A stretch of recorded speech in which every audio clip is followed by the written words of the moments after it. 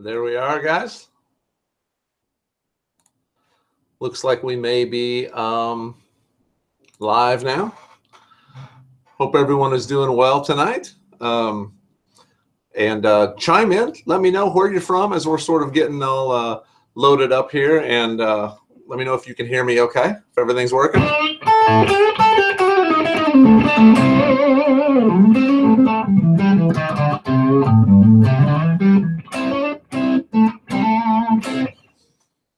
Let me know if that is all coming through okay as we get started. Just going to play a few things to get us warmed up here. We'll be talking about some different things about practice tonight. So we're going to look at all of that. Good to hear from you, Seattle. You're here. Seattle in the house.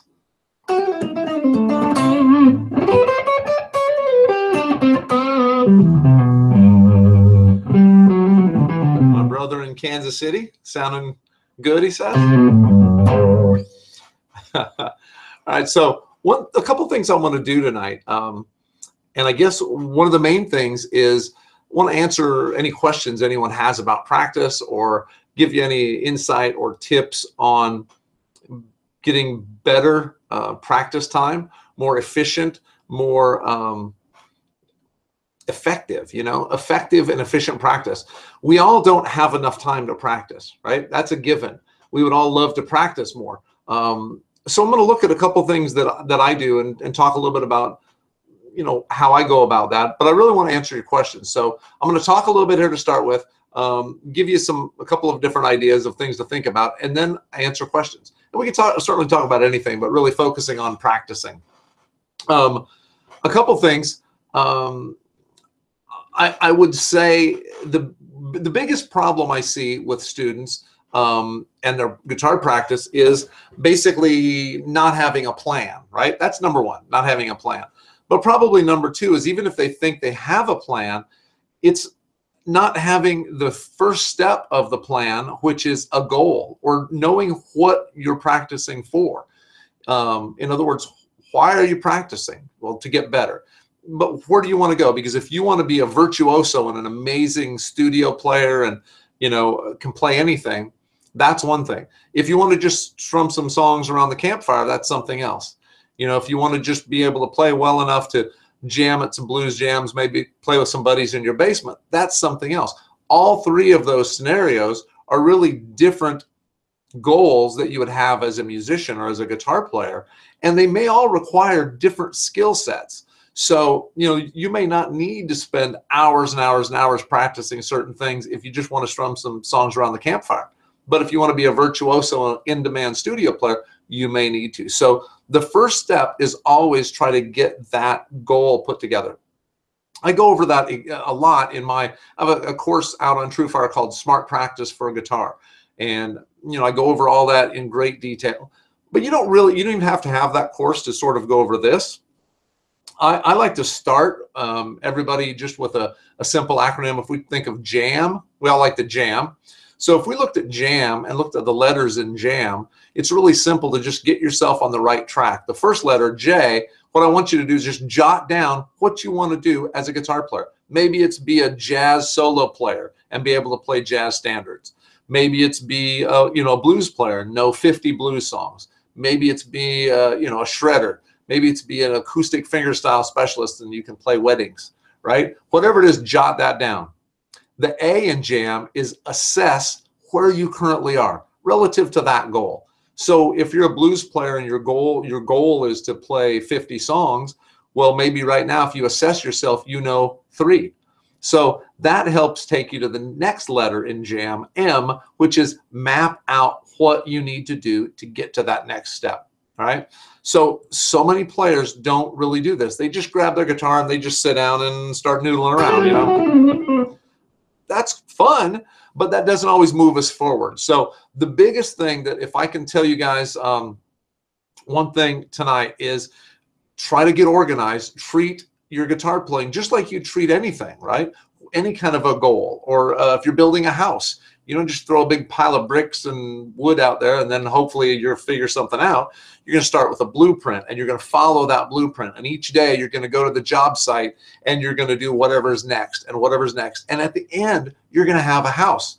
Same thing with your guitar playing. If you treat your practice time a little bit more like that, you're going to make much more progress. And at the end of your practicing, at the end of a year, you're going to find out you've really advanced rather than if you just jam around. I've been teaching for a long time and I've seen tons and tons of students come in and they tell me, oh, I'm playing all the time, but I'm not getting any better. Usually when we break down what they're really playing, they're just sort of messing around, right? And we all fall into that trap, right? Because we pick up our guitar and we just do this. And it's fun, sounds good, it's cool. Nothing wrong with that. I mean, guitar playing should be fun, right? Over anything. But to really advance your playing, you should focus in and drill down on exactly what it is you want to do, assess where you currently are relative to that, and then map out a strategy, which is going to include, you know, things like what will you practice, the techniques, the different things you need to learn, and then scheduling your time. All of those things are going to come into play. Okay. So that's really my first step. And wow, we've got folks chiming in from Melbourne. Nice to have you here, Australia, and Dallas. Very cool. Miles, good to see you here from Ireland. And yep, that is one of the essential practice tips right there. From California, JW has done too much noodling. Well, we've all done too much noodling. And I do think noodling can be cool in some ways, but it needs to be just a part of your practice, not your entire practice, right? For a lot of players, that's their entire practice. So I think the key with noodling and controlling your noodling, if you will, is to just do it sometimes. And I always do it at the end of my practice, so it makes it fun. It's sort of a payoff. The other question that I get asked a lot is, should you practice things that are musical, or is it okay or preferable to practice non-musical things? This is kind of a debate amongst guitar players. You'll hear this get talked about a lot.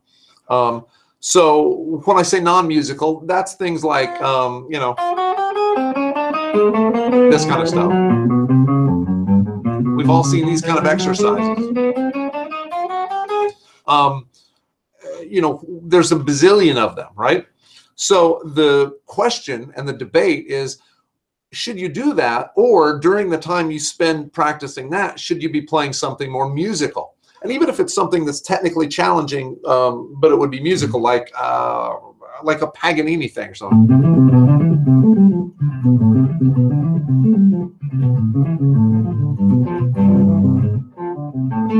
You know, something like this, right? That, for example, right? That is musical, sounds pretty cool, but it's also challenging to play technically. So maybe you can get as much of a technique workout doing something like that as you could doing something like this, with the added benefit that this gives you some skills, right? Some musical skills. It gives you some ear training. It sounds better. So should you do musical stuff or non-musical stuff? Well, I don't want to risk sounding like a politician answering this, but I think you can do both. And I think certain times call for certain things. If you're really wanting to learn something a little bit more musical, there's a bazillion things out there that you can do, and you should do those. The other thing is, those types of things can definitely be useful, right? Like, you know, doing the spiders, right? Those weird finger shapes, right? So the idea of some of those is you push yourself to do something that you might never do when you're playing, but it's very difficult and sort of good for you, right? So it's one of those things where you're going to stretch yourself, push yourself a little bit. Can you just play a minor pentatonic scale and jam on blues all the time and be okay? Yeah, if that's what you want to do, that probably would work. But I feel like if you push yourself and make yourself do something that's like, wow, that's almost impossible, and you get that down, then other things seem really easy, right? One thing I really like to do is try to work on things that can be used for both things. So For example, if we did a picking thing, right? So let me just, like a simple kind of non-musical thing, like if I just did this, right? So we'll do the 3-finger exercise kind of a thing. That's my pattern, right? So basically a pattern-based thing. Then do the same thing off the next string. You know, sounds pretty ugly. So all I'm doing is just going through, you know, it's just sort of an exercise, right? So it's not very musical, not very fun to play. Probably does me some good. It gets my fingers working, doing a pattern, you know, syncs up my right and left hand. But check this out. So what if I said, well, I'm going to do that exact same thing with my right hand, but with my left hand, instead of doing this little pseudo, you know, semi-chromatic pattern, what if I do a scale shape? So I could do, well, I could do any scale. I could do a major scale, right? So I'll do my major scale, but do the exact same picking over here.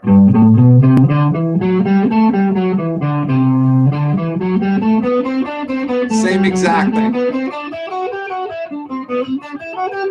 So now my pattern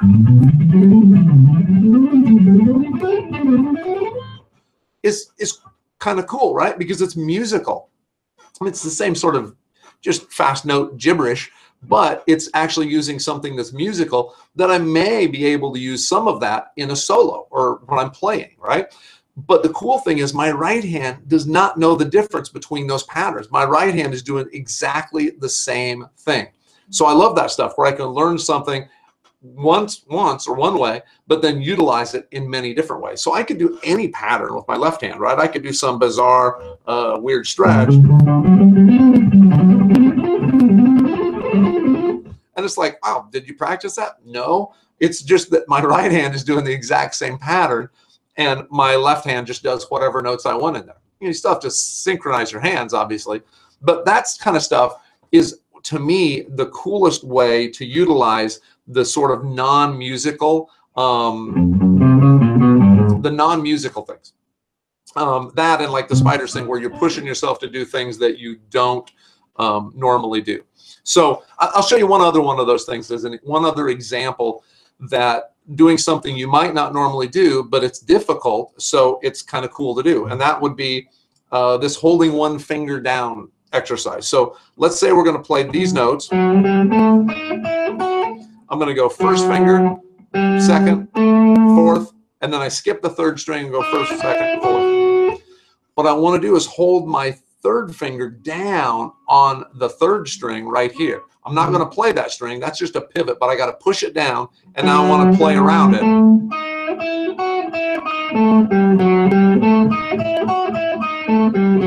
So that's pretty weird. If you haven't done that before and you try to do that, that's not as easy as it seems, right? And then you do the same thing, but use your second finger. Now go 1, 3, 4, and then 1, 1, 3, 4, right? So don't change or don't play that middle note, this one, right? You want to just play this one, this one, this one, then this one. Now you got to lift this third finger up to go over there. That's really weird feeling if you haven't done those kind of exercises before. But to me, when you push yourself into those kind of weird feeling things, now I go back to playing stuff like that. It's like super comfortable, you know, it's very natural because I've done that and pushed myself into some weird shapes there. So if that makes sense. So sometimes I think it's okay to do some weird shapes. Push yourself to do some things you maybe have never done before and may never do again in a musical setting. But then you can utilize that as, like I said, with the other thing, by taking it and see where else could I play that and make it more musical, right? So it's a combination of those two things. So I like to spend some of my practice time doing some things that are non-musical, that are just patterns that challenge me a little bit. And then a lot, and definitely the most part of my practice time, doing something musical, something that sounds good, right? And that holds true not just for fast riffs or licks, but chordal things too. Do the chordal shapes and strange chord things, you know. If you do and push yourself into weird chord shape, you know, that are like, wow, that's bizarre, that sometimes is a good thing to push yourself a little bit. So anyway, that's kind of my philosophy on some of what to practice. And we talked a little bit about the first step is getting started with sort of learning to think about what you want to do. If your outcome is to be a blues player and you want to learn 50 blues songs, assess where you are and then kind of get a map to do it. Once again, I cover a lot of this in a lot more detail in my Smart Practice for Guitar course. So you can check that out if you really want to get into it. But more than anything, I just want you to think about organizing your practice time. All right. And definitely, I want to be able to, you know, if anybody has any issues or questions about practicing, fire away with some questions. I know we already have some questions. So let me just take some questions here because I really want to get to some questions. Sometimes we do these things and I've done them before where I do a lot of talking and teaching and don't get to check out all of your questions. So Michael says Blackberry Smoke. Hey, I got my Blackberry Smoke shirt on. So yeah, I love Blackberry Smoke. What is that board over your left shoulder? That's this one. That's a Panasonic DA7. So I really just use it to monitor. I can plug all my digital stuff into there, and then I use it to monitor everything.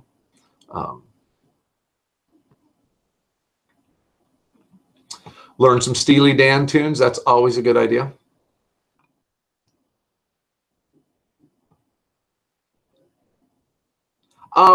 Eric's asking about, you know, best way to play fast pentatonic runs up and down the neck, like Bonamassa, for example. Eric Johnson style, Player X says, which is, you know, absolutely true. He does a lot of cool, these, you know, those kind of riffs that are like really flowing. Man, though, I will say this, the pentatonic stuff, you know, the key with it is just getting your pentatonic shapes down. You have to have the shapes before you can, you know, if I want to move up the neck, I need to know where those pentatonic patterns are to be able to play like that, right? So that starts with just pentatonic patterns, you know, like our first shape.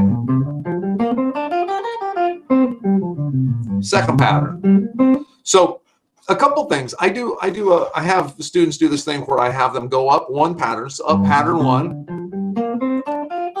and then go up and come down the second pattern.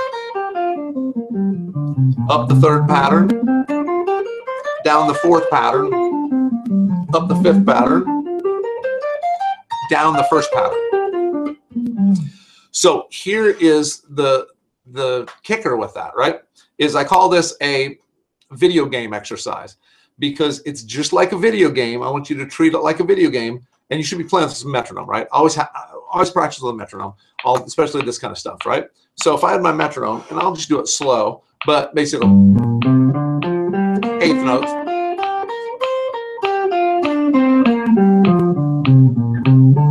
Here's the deal. If any time I make a mistake,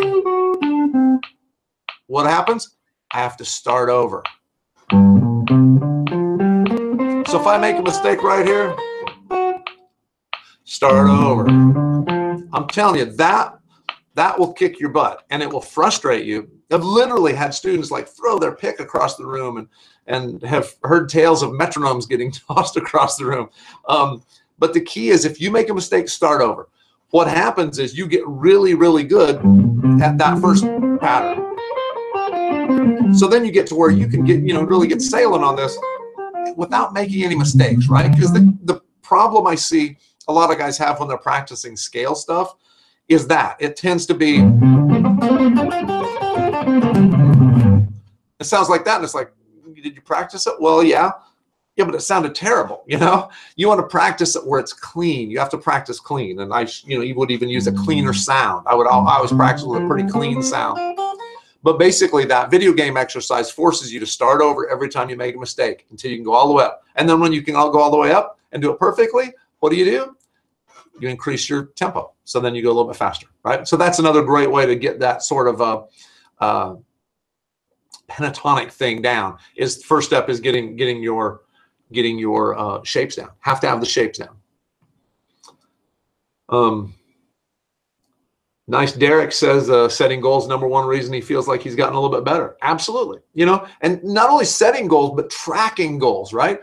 So with a metronome, and I've just got like a metronome. I have a metronome sitting all over here because with a metronome, it keeps you honest. And here's why. Say you're practicing trying to get faster at a lick. Once again, not talking just about speed, but we are right now. So say I'm trying to do this. And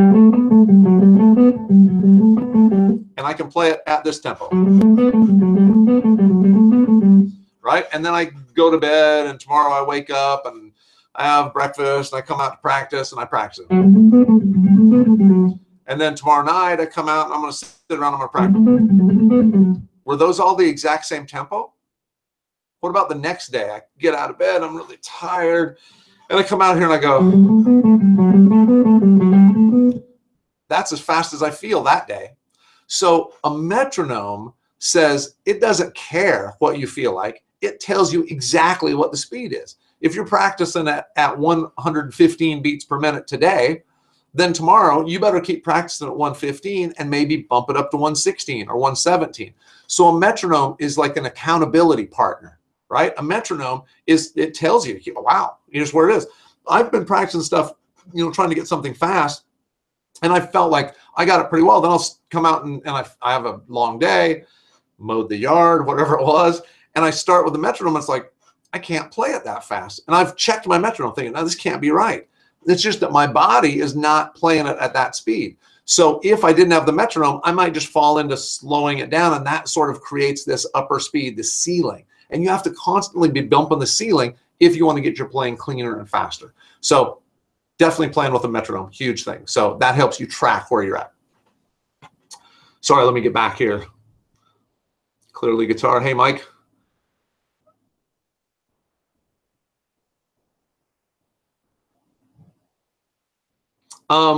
Rebecca, good question. So Rebecca says, she knows where she is, knows where she wants to be, but how do you get there, right? So a couple things. A session of research, right, is really important now, especially if you're a beginner player or an intermediate player. You might not know what you need to do to play like Joe Pass, right? Or you might see Joe Bonamassa play and go, man, I want to do that, but I have no idea what is going on. The absolute best thing you can do for yourself there is find an instructor to help guide you, right? So I can watch a student and say, okay, you're here, you want to be here, here are the steps you need to take. If you're that student, sometimes you don't even know what those steps are, what they exist.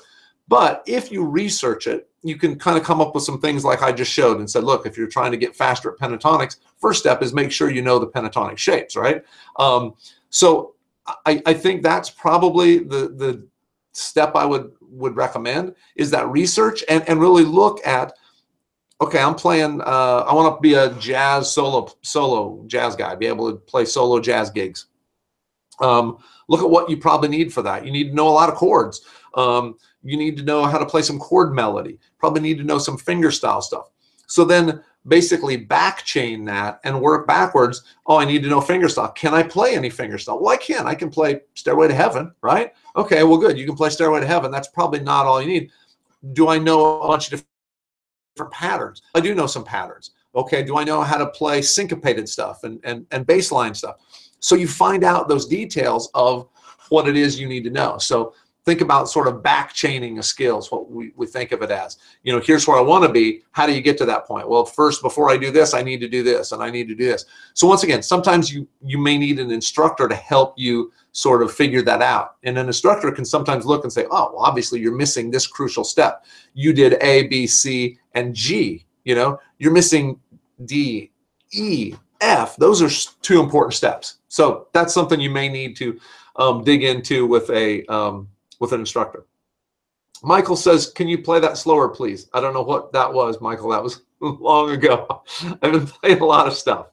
Let me know what it is you may need me to play slower. Miles, what advice would you give to help to remember what you've learned? Man, that is a great question. Now, once again, this sounds like I'm selling you my Smart Practice for a Guitar course. But in Smart Practice for a Guitar, I talk about this very thing.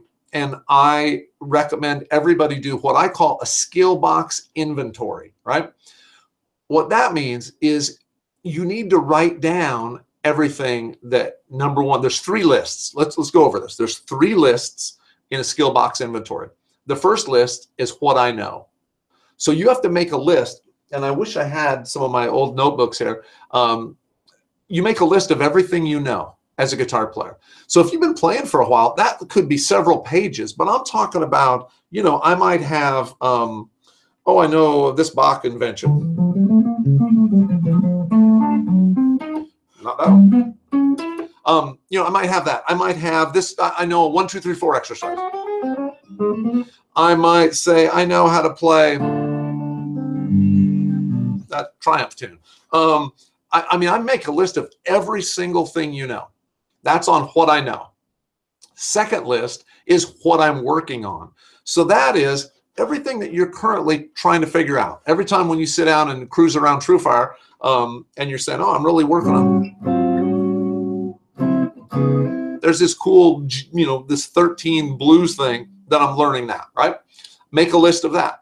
And then the third list is what I need to know. And this sort of harkens back to Rebecca's question of how do I know what I need to work on? So if you have those 3 lists in front of you, you never, number one, don't know what to do or what you know, because it's all there. So then in my system, I basically have you take things from that list and put it in a certain place during your practice schedule. So you'll always be going over some of those things that you know. I used to do the same thing. When I started out, I learned all this stuff, and then I realized, wow, I've spent all this time learning these things, and then I just completely forgot about it or forgot to practice it. So once I started writing it out and keeping more organized track of what I knew and what I was working on, that helped me immensely. And then I could pull a couple things from that what I know list, right? I could say, hey, I know this song. I know this little picking thing, right? So I know that. So I'm going to pull that out, because otherwise I will probably forget that and it will go away. And then someday, I'll think, oh, I remember when I knew that cool thing. I'm the worst with songs like that, right? Songs, I used to, play in cover bands for many, many years.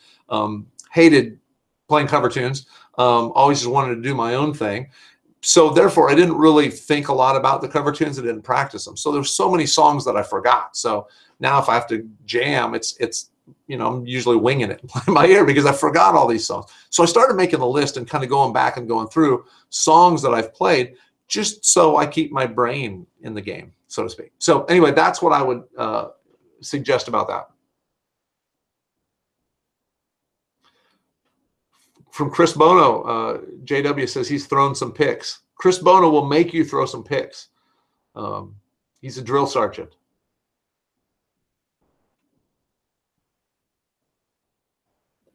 Brad shooting out there, what kind of practice tips in the Smart Practice course? Yeah, so definitely what I just talked about, making that skill box inventory. I do a lot of different things, like a lot of different, I guess I would say, different tips and things that I've discovered that have really helped me. I do this thing that was John Wooden, UCLA coach, talked about. Play something right, then play it wrong, then play it right again. So like he'd show his players, right? He'd get in a position. Here's where I want you to guard that person. And then he'd say, but I don't want you to be over here. And then he'd say, I want you to be here. So what I do is I do something like I'll take a lick, then I go like a little quarter step bend thing. That's what it's supposed to be. And then I will play it wrong. I'll practice it, do it a few times right, and then do it wrong and go, that's too far. So now go back to doing it right. So when you play something right all the time, or just keep doing it right, after a while you're like, yeah, that's the way it should be, but you're not really sure, then you may second guess yourself. So you do it wrong to where you're like, oh, that's not the way I want to do it. You get very familiar with playing it right. Especially, guitar is a very tactile instrument. It's all about feel. It's all about playing and feeling it. It's not just reading it on paper. So you have to play something. So when you play something the right way and use good technique, and then you do it the wrong way and do bad technique, it's like, oh man, that feels awful. I can't wait to get back to playing it right, right? So that's sort of the right, wrong, right method. So I have a lot of those kind of little weird tips that I've come up with. Stan asks, is it helpful to practice standing up? It's not only helpful, Stan, it is essential. Huge problem. I've seen this with students over the years where, man, they practice and practice and they're ready to go out and play live, right? They go to a jam night or something. And what happens is, oh my gosh, now instead of the guitar being here, they got their guitar slung down here, right? The lights are in their eye. It's terrible and they can't play anything. So to start with, don't sling your guitar down here. I know it looks cool, but don't do that anyway, unless unless you're Angus Clark, because he looks cool and plays really well with his guitar down there. But otherwise, keep your guitar on when it's on a strap. It should basically be pretty similar to where it is, but definitely practice standing up. Also practice in different situations. A lot of guys in this computer age we live in practice right here, sitting in front of the computer, hunched over, looking at lessons on TrueFire, right? And you practice like that and like that. And all of a sudden now you stand up, your arm's in a different place. Maybe you when you play live, you've got a loud amp. You've got an obnoxious drummer that's playing next to you, So try to recreate or create those situations occasionally when you practice, just for something different. That gets you ready for anything. So when you hit the stage, no big deal.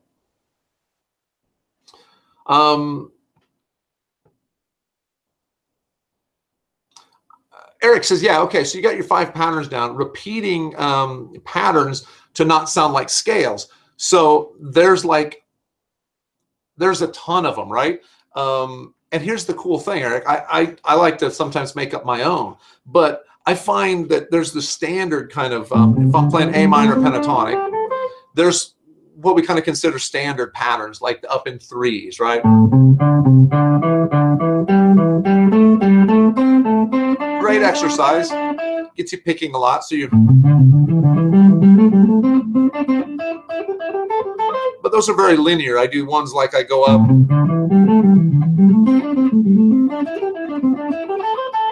or I skip a string.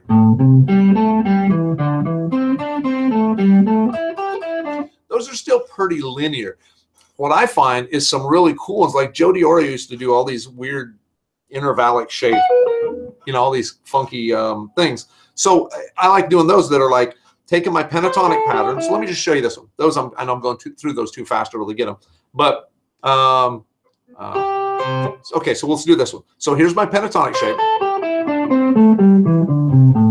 and I'm going to start on my second string and go. So second string first string second, and then do that same pattern.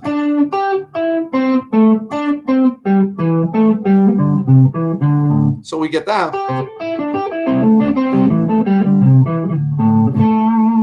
So all of a sudden, that doesn't really even sound like a pentatonic scale, right? Because I have a lot of students come to me and they say, I'm tired of playing the pentatonic. Everything sounds the same. It's because they're doing, regular blues licks. Nothing wrong with that. But there's so much more to explore in the pentatonic scale, right? So doing that. So then I can do the same thing, but reverse it and start on my first string. So now I got. So they're a little more like intervallic things. Anyway, Eric, that's that would be some that I would suggest doing. So I could go on for exercises and those kinds of things forever because I love that kind of stuff. Smart practice course. Yep. Thank you. Appreciate that. Thanks, Miles. Glad you are digging it. So the video game exercise, Michael, is what you were talking about. Yes, that's just simply using all 5 of the patterns of the minor pentatonic scale. So once I'll just throw another course of mine out there, but in my newest course, my street theory course, I go over all those patterns of the minor pentatonic scale as well as the patterns of the major scale. But you can find them anywhere. I mean, you can go on YouTube or wherever. Well, be careful on YouTube because sometimes that stuff isn't right. But you can search, Google search the pentatonic shapes and you can find your patterns. And I'm just going up one and down the second one, up the next one and down the next one.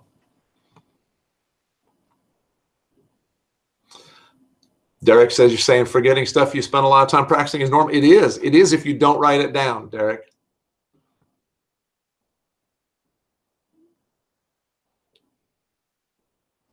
Yeah, Phil Kagi would definitely make you get better. I've had the opportunity to jam with Phil Kagi a couple different times on stage, and he's just a monster player. Great dude, and amazing player. We played some Hendrix together, and it was certainly a highlight for me to be able to get to jam on Manic Depression with Phil. Nathan says, how do you see the fretboard when playing over the chords in a song? Arpeggios, scales, roots, modes. Man, that's a good question. That's a big question, right? So, and kind of relate it back to practicing a little bit, but how I see it is really all of those things, right? When I look down and I see the fretboard as probably scales first, modal scale, so the modal shape. So this pattern is my major scale. So if I'm in G,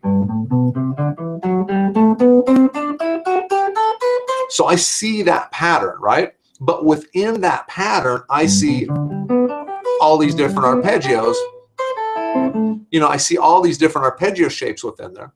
I see all these chordal shapes, the basic chords, but I also see all these partial chords, right? All these, basically these triads that you can find within there. So I'm seeing all of that based off of the major scale. The major scale, 7 patterns of the modal scales, that's just one way to look at the neck, one matrix. Some guys use the caged system, right? The caged system is another great way. Once again, it's a way to see the neck. The more you play and the longer you play, you start to just see the neck as this big thing where you see all of those things. You unlock all those things. But when you're starting out, here's a good tip that I learned a long time ago and have shared with a lot of students is take a bar chord, right? A simple, there's my G major bar chord, right? So once you know that bar chord, but don't just look at that bar chord as here's this bar chord. Think about where are the little partial chords in there, the triads. Well, the top part of it, top 3 notes, middle notes there, next note. So now if I'm soloing in G, I know I've got those chords. So let me sorry, let me record something. I think I got my looper functioning. But so point is, I could use arpeggios or those partial chords if I was just doing a G and a C.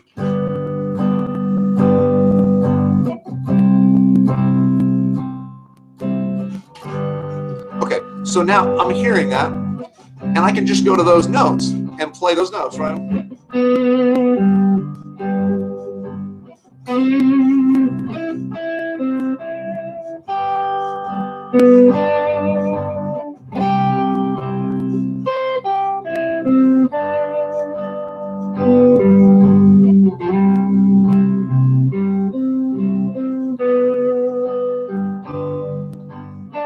Right? So the point is, when you see those notes within that chord, it comes from just learning this chord and then finding those notes in there. So then I did the same thing with the C chord, you know, and I found, oh, there's my notes. So really thinking arpeggios there, or really it's chord tones, right? It's chord tone soloing is in effect, you know, what we're talking about here. Finding the chord tones and sticking with those. Now, obviously, you may not want to only do that. So I would never just only do that. So I might play something else.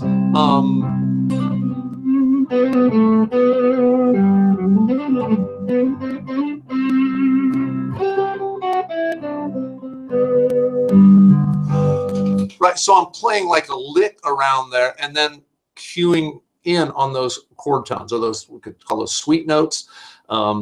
That's what makes your soloing much more melodic. So anyway, sorry. Hopefully that's helpful. See if I can catch up with all these questions. I appreciate all the questions, guys. You know, always appreciate you all tuning in.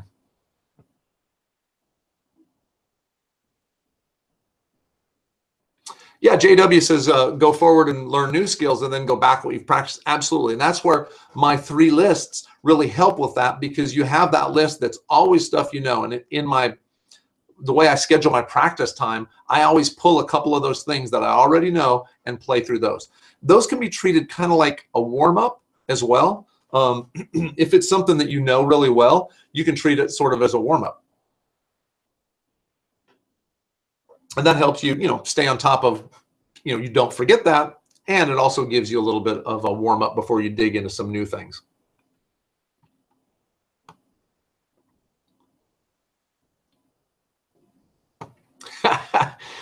Oh, nice, Jim. Angus Clark says to have your belt buckle visible.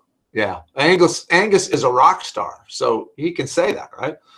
If you haven't seen Angus play with the Trans-Siberian Orchestra, you should definitely go do it, man. It's a blast. It's a lot of fun. He's a great dude.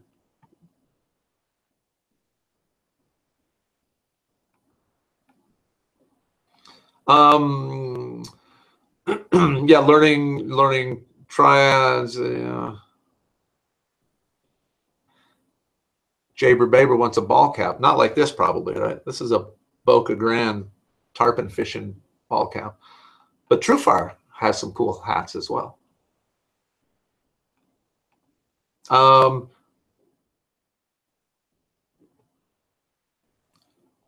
Eve, good question. Talking about patterns, when do you think about names of the notes on the fretboards or intervals? I'm glad you brought that up, because I've sort of meant to go there when I was talking about how I see the neck, and I see the neck as this scale, right? But I also see that scale, I see intervals within that scale. So for example, you asked about intervals and note names. So when I play that scale, I know from there to there, that's a second. From there to there is a major third. So that would be a minor third. From there to there's a fourth. From there to there's a fifth. From there to there's a sixth. Flat seven, major seven, ninth. If you learn to see that, to where that to there, from there to there is a sixth, that's always a sixth. If this is my major scale root note, then this is my sixth, right? That's a sixth. This is a sixth. This is a sixth. And wherever you put it, right? So it's the same thing with any intervals. Like this is the interval of a sixth. So if this is my one, this is my sixth. This is my one, this is my sixth, right? So seeing those interval shapes really help as well. And then I learned note names. I would say note names are probably the last thing on the list of the way I visualize the fretboard. And I know all my notes just because I've been playing forever, but I don't always think about that. I almost always think intervals probably first. A great way to learn your note names, if you haven't done octaves, is do octaves, right? So from there to there is an octave. So we can go octave patterns. Once again, my street theory course, I go over all the octave patterns, which are basically here, here, here, here, here, here, here, here, there, there. So that means I could play all the F notes on the neck.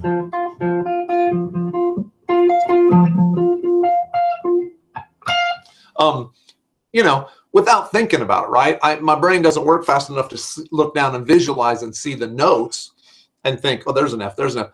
But octave shapes allow you to do what I just did and find any note on the neck pretty much just like that. So being able to then look down, when I see this note, right? I look down at this note, I don't just see that note, I see the octave of it here, the octave over here, the octave over there. So I see a lot of different places. So when I look at this note, I see my C, my C, my C. If I'm looking at that note, my B is there, there, and there. So that's kind of the way I look at it, Eve. Because those are patterns, right? So that's still another pattern. It's not a playing pattern like a up in threes. It's not that kind of pattern. It's more of a visualization pattern. But knowing your intervals and being able to look down and see all those shapes, it's priceless. Because also that if I know all those shapes and then I learn chord theory, I don't have to memorize a bazillion chords, because I can come up with them instantly, right? So if you say, play a G7, I know a G7 is 1, 3, flat 7, right? So 1 and 5 in there, but I'm only going to play the 1, 3, and the flat 7. And then, but we want to put a flat, let's say, well, let's do a sharp 5 in there, right? A sharp 5. Well, when I look down at the neck, I know my 5 is here or here. So if it's there, a sharp 5 is there. So that means that's G7 sharp 5. Right? So I didn't have to learn that chord ahead of time. I just built it in my brain by looking down at my neck. knowing the theory. You have to understand the theory of chords. How do you build major, minor, and dominant chords? But that's pretty easy, actually. Once you know that, then it's a matter of looking down at the neck and building any chord. Okay. And I don't play a lot of jazz. I'm not a huge jazz guy, so it's not like I'm playing those chords all the time. So that would be another thing I would probably forget. So it's nice to be able to sort of assemble them on the fly. All right. Yes. T says, thanks for putting the street theory course out there. It's great. Awesome. Thanks, man. I appreciate it. We put a lot of time into the street theory course. There's almost 5 hours worth of stuff there. So it's a lot of stuff in there. That's for sure. Good tip on the bar chords and the mini chords. Yeah, thanks, man. That's the way to see things. You know, I want to learn one thing, but use it in 20 places. That's how I want to go about it, right? I don't want to have to learn any more than I have to, right? Maybe I'm a typical guitar player. I'm a musician, right? So I like to look at one thing and say, how can I use this in different places? Or how can I get more mileage out of this one thing, you know? That, to me, is what allows you to be much more efficient in learning and practice, because if you're just learning this thing, then learning this thing, then learning this thing, it's like, that's a problem. It's a real pain. I was ecstatic the day I learned bar chords, because I'd been learning C and G and D and E and A, and then I learned this and I was like, wow, that's G, A, B, B flat, C, C sharp, D. It's like, man, that one chord, just move it around and I know all the chords. That was awesome. So I love that kind of thinking. Maybe it's the lazy man's guitar method. It sounds like a course. Nice. All right. So I'm sorry, guys, I'm falling behind. I'm going to jump into some of these.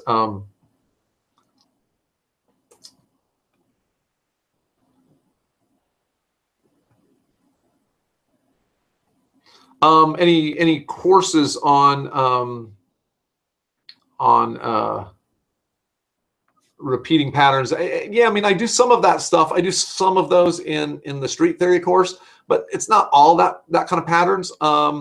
There's a lot of, it's hard because moving past scales. I mean, Chris Bono, in a lot of his Guitar Gym stuff, he does a lot of cool pattern-based stuff that he really pushes you. Some of it's scalular, but it's definitely different kinds of things. Definitely, Eric, digging more into some arpeggio shapes helps you get a little bit out of the scale. Once again, it's all interconnected, but it sounds less like scale playing, which is probably what you want.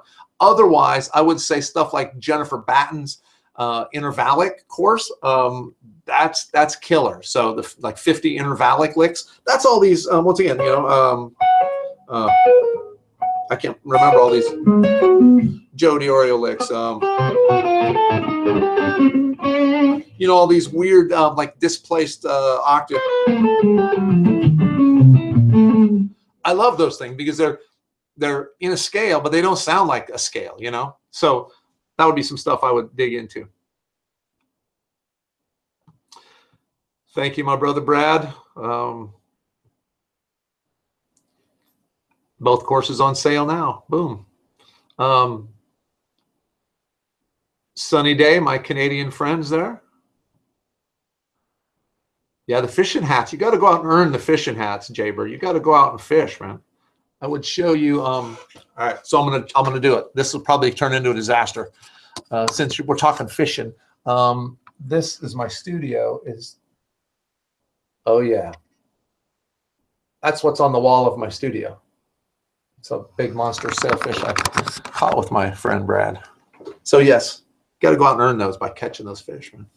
All right, so let's do a couple more questions. Let's get back on track. Sorry, guys. We got a little bit of time left here. Brad says how the 7 major scale patterns relate to the modes. So here's one thing I cover in street theory. This is when we're talking about practicing stuff and practicing things. This was huge because this is one of those things where you learn one thing, but it actually is several things. And that's the major scale pattern. So this G major scale pattern, right, that I've been talking about. That's that's do, re, mi, fa, sol, la, ti, do. That's our, that's the scale, right? So if I learn all of the different patterns of that scale going up the neck, because if you think about it, there's 7 notes: G, A, B, C, D, E, F sharp, G, A, B, C, D, E, F sharp, G, A, B, C. Well, I could find those 7 notes up here: A, B, C, D, E, F sharp, G, A, B, C, D, E, F sharp, G, A. You know, I could find them up here: B, C, D, E, F sharp, G, A, B, C, D, E, F sharp, so on and so forth. So I find those 7 patterns, right, of the major scale. So that way, if I'm soloing in G major, you know, allows me to go up the neck.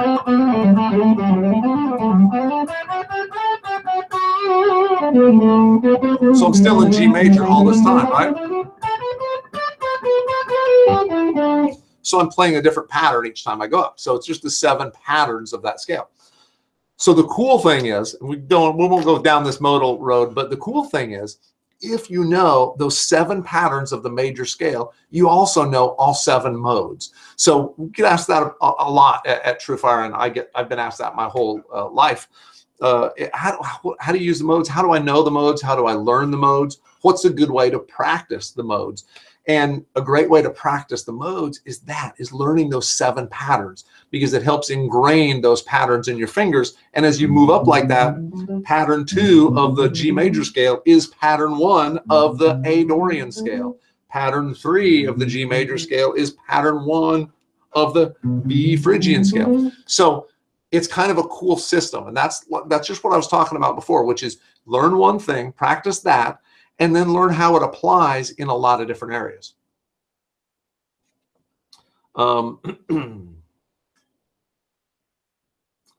Appreciate it, Eve. Oh, great question, Miles. What can you practice when you haven't got your guitar in hand? This is a really good question, and I've done this a lot, right, over the years. I think there's several things you can do. Number one, you can think of your guitar, right? Because what you should do anyway is not be watching when you're playing here. You should be watching somewhere else, but thinking of the fretboard. So when I'm looking over here, I'm still seeing this scale shape, right? When I'm looking at you guys right now in the camera, I'm seeing the scale, I'm seeing the neck in my head. So I know where I'm at, and that's how I can go to the different places, right? So you can do that without even having a guitar by just playing it, thinking about that. Oh, there's my shapes, you know. This also gets more of you thinking about it instead of just relying on hearing or seeing, right? A lot of times people rely on looking down at where they're at. Which is another thing I talk about. One of my practice tips is you should play in the dark. But without your guitar, you can do that.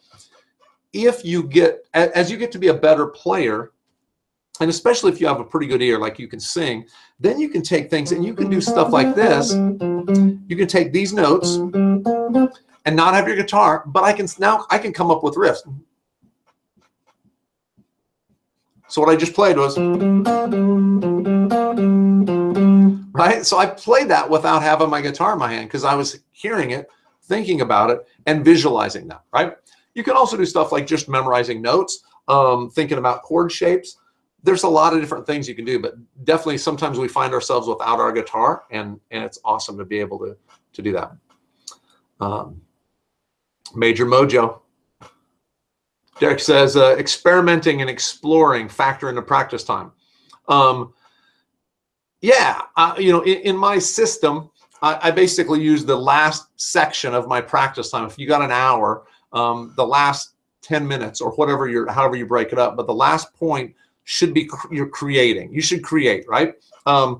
Which could be soloing, playing with the jam track, you know, putting on a, you know, just putting on a rhythm. Trying to create a melody, you know. Try not to steal the Allman Brothers melody. Anyway, but basically, you should create and explore, because that's where the fun of music and the creativity of music. I'm a total improviser, right? So I jam, you know, like when my band plays and we do stuff, I'm never playing the same thing. It's always improv and jamming, and I just like that part of it. So that aspect of it is always important. But that's where all this patterns and the drilling on stuff and doing these kind of things, that's where that pays off, right? You have to do the front work in order to be able to do that stuff on the back end. So that makes sense.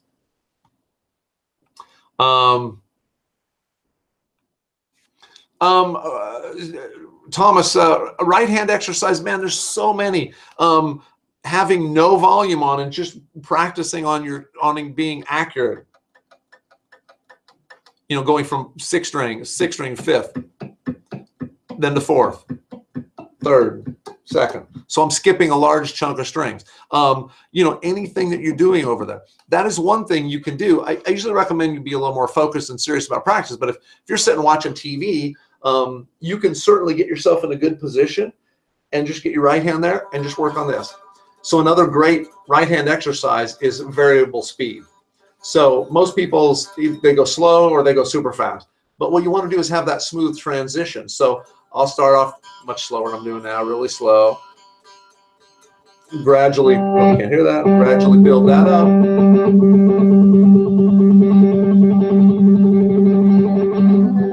Slow it down. Sort of that. You can do that when you're not really totally focused. You can do that without having any volume on, right? So that's kind of a cool exercise there. But definitely doing any kind of cross picking where you're jumping over strings, you're bouncing around, but just come up with patterns. I love to invent patterns for practicing. Another one of my practice tips is invent games and patterns. So, you know,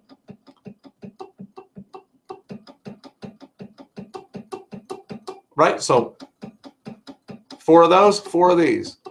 It's like it's a gym workout, right? Right there. So you're going to do 4 of those, 4 of those, 4 of those, 4 of those. Now you move to 2 different strings. Pretty simple, but that is definitely the way it works. Eddie says, you rock. Thank you.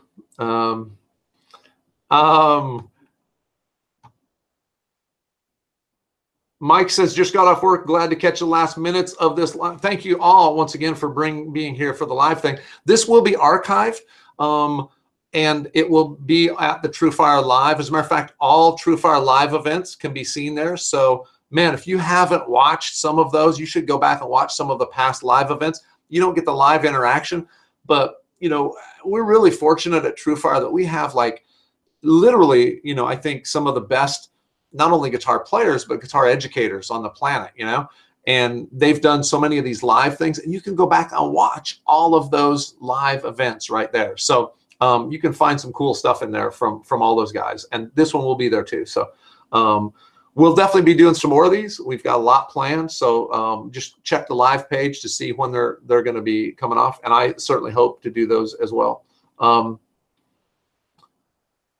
Rebecca,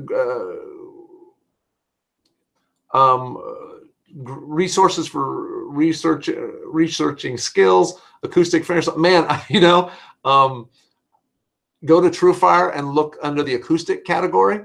There are so many things there. I don't know what level you're at or where you are, but wherever you are, you can find so much stuff there. Certainly, if you go to our learning paths, one thing that TrueFire has done over this last year is we put a lot of time into coming up with a learning path. So if you go there and check out the learning path, you could start from absolute beginner, just learning to play an E minor chord.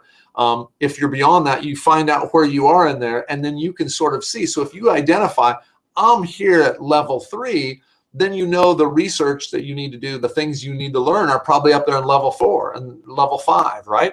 So it's a good way to sort of assess your own playing and look at what's possible and available. Tritone substitution. We probably don't have time to go into tritone substitution. Tritone is here. If I'm playing this, you can substitute this chord for it. That's the quick and easy example. This dominant 7 can be substituted by the tritone. You know, the devil's interval, basically. Oh man, Rabatovus, muting with the fretting hand. That's so important, and I love that. You're right. So I'm big. That's a huge thing for me. So let me just give you a couple things. muting with a fretting hand, and I'm assuming you maybe mean chords. You may mean single notes, but I think of it more as chord stuff. So I think of it more as this kind of, you know, this kind of thing.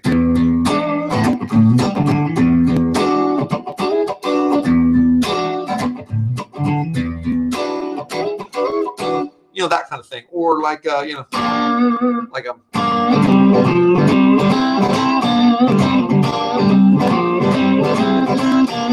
those kind of riffs, right? Where I'm playing this string, but I'm strumming all of them. So basically, I got muted, muted, note, muted, muted, muted. So is way cooler than if I just play the single string, right?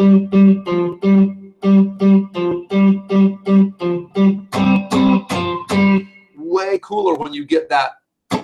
So when you hit muted strings, you get that chuck, that thing in there, right? So that's like all funky stuff, right? Funk, you know. If I was going to play some, you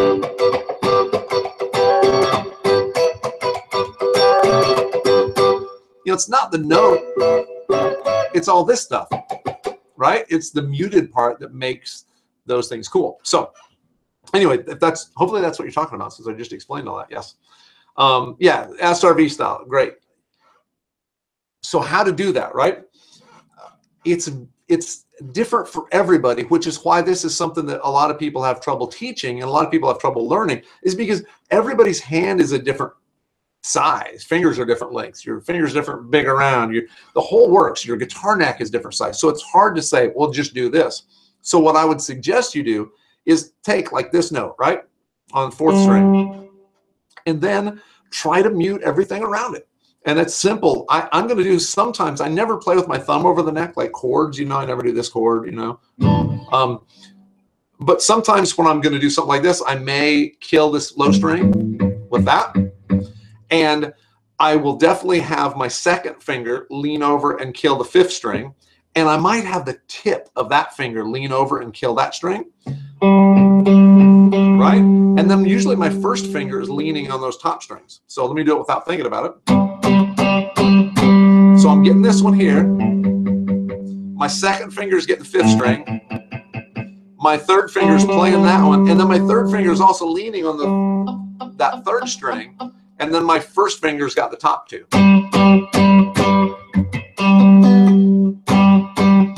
So you kind of got to experiment. And when you get a string that rings out, you get one ringing out, you go, oh, where's that happening? And what finger do I have available to fix that, right?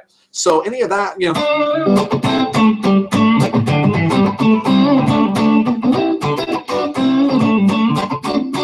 All that stuff, right? It's not the notes you're playing, it's the notes you're muting that makes that lick cool. So you just got to practice, and it'll sound bad to start with, right? Don't worry about that. If it sounds like this, totally cool, right? What you want to do is start narrowing it down one by one. What string can I kill so I don't have it all ringing out?